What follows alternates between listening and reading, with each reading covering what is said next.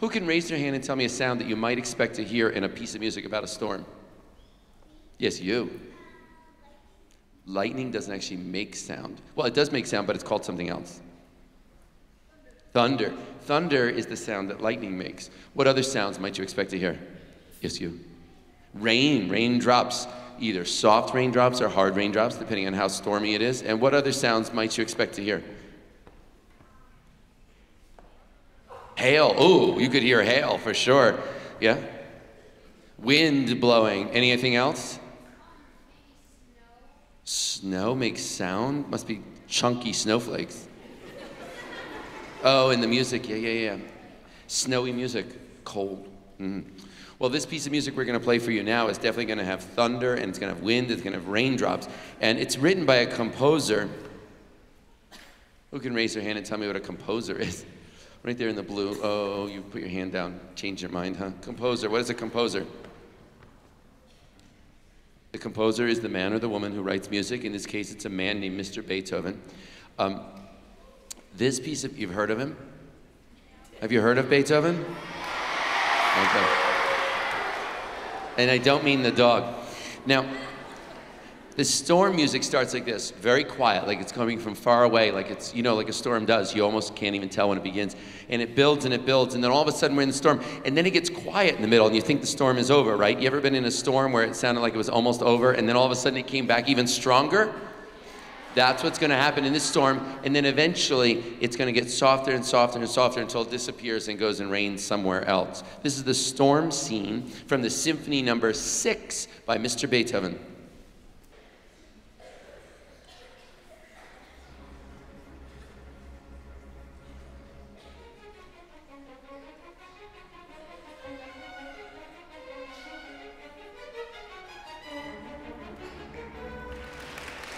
So just like the clouds, we have high pitches, middle pitches, and low pitches. Now, the way it works in music is that the smaller the instrument, the higher the pitch. So for instance, who can raise their hand and tell me the name of the smallest and highest pitched string instrument?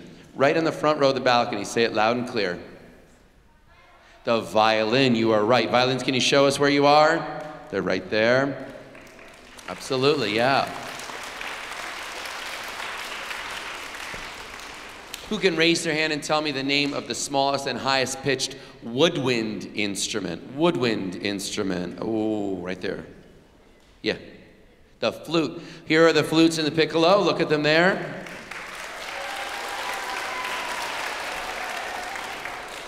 Ladies and gentlemen, who can raise their hand and tell me the name of the smallest and therefore the highest pitched brass instrument? Top of the balcony, all the way at the top. The cello isn't a brass instrument, you silly goose. Right up in the middle, the backs, help him out. What's the smallest and highest pitched brass instrument? The trumpet, they're right back there.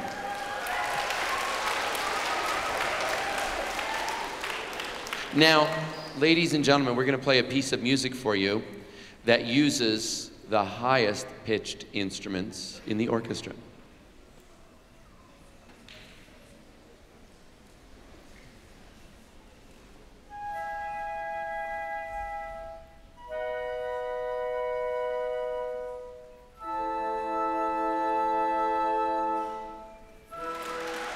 Thank you. Now, if the smallest instrument is the highest pitched instrument in each family, then logic would say that the biggest instrument must be the lowest pitched, and that's exactly how it works. Can someone raise their hand and tell me the name of the biggest and lowest pitched string instrument? Ooh, you with the striped shirt. The bass, the double bass is absolutely there, right back there. Show us where you are, double basses. Excellent. And what about the woodwind family? What's the biggest and lowest pitched woodwind instrument? This is a tough one. Ooh, right there in the second row in the light blue shirt. Say it loud. Yeah, you. I can't hear you. The cello's not a member of the woodwind family. Help him out. Lower than that. The bassoon. Let's hear for the bassoons.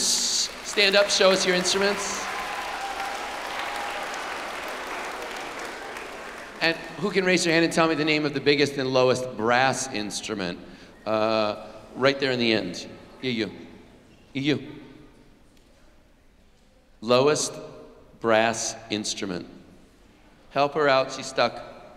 Tuba, that's right, tuba. We don't have one here today, but we do have a tuba in the orchestra generally. Now, we're going to play a piece of music for you again by Mr. Beethoven, a different piece of music that focuses on the lowest pitched instruments of the orchestra.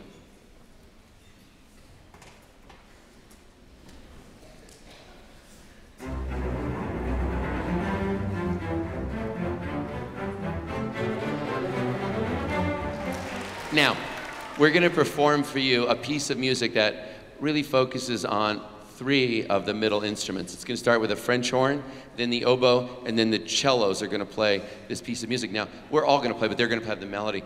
This is quite different from the other pieces we played. It's a little bit slower. It's really super, super beautiful. You know what it is, actually? It's kind of a love song. I know. Hey, listen, but I want you to listen very carefully, because one day this love song is going to turn from ew to oh. I promise you. So, ladies and gentlemen, this love song without words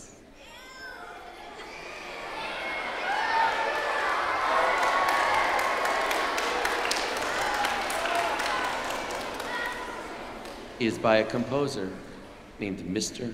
Brahms.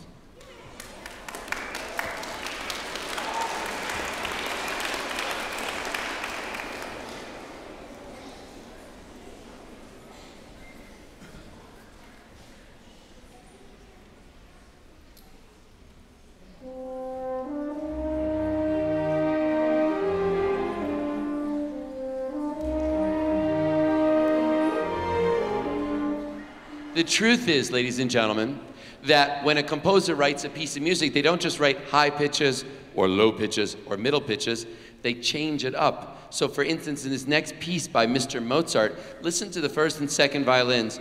They're going to go back and forth, trading off, going low to high and back low again. Listen to this.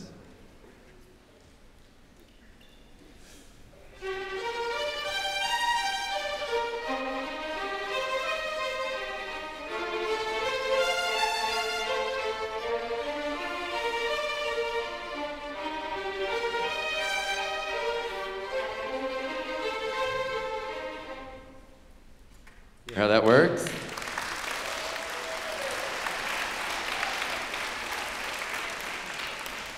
So this music is actually from a symphony that Mozart wrote, and it's part of what we call storm and stress music, because when it was very first written, it seemed so nervous and like something was coming that people said, ooh, that's really stressful, and it almost sounds like a storm, you know, like something's coming, right?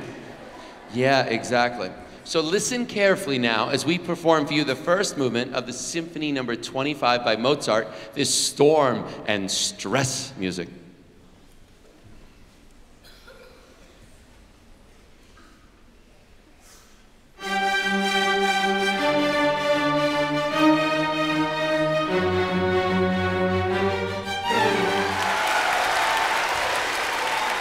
Now,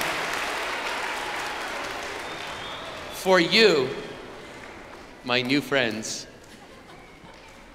we have saved the best piece for last.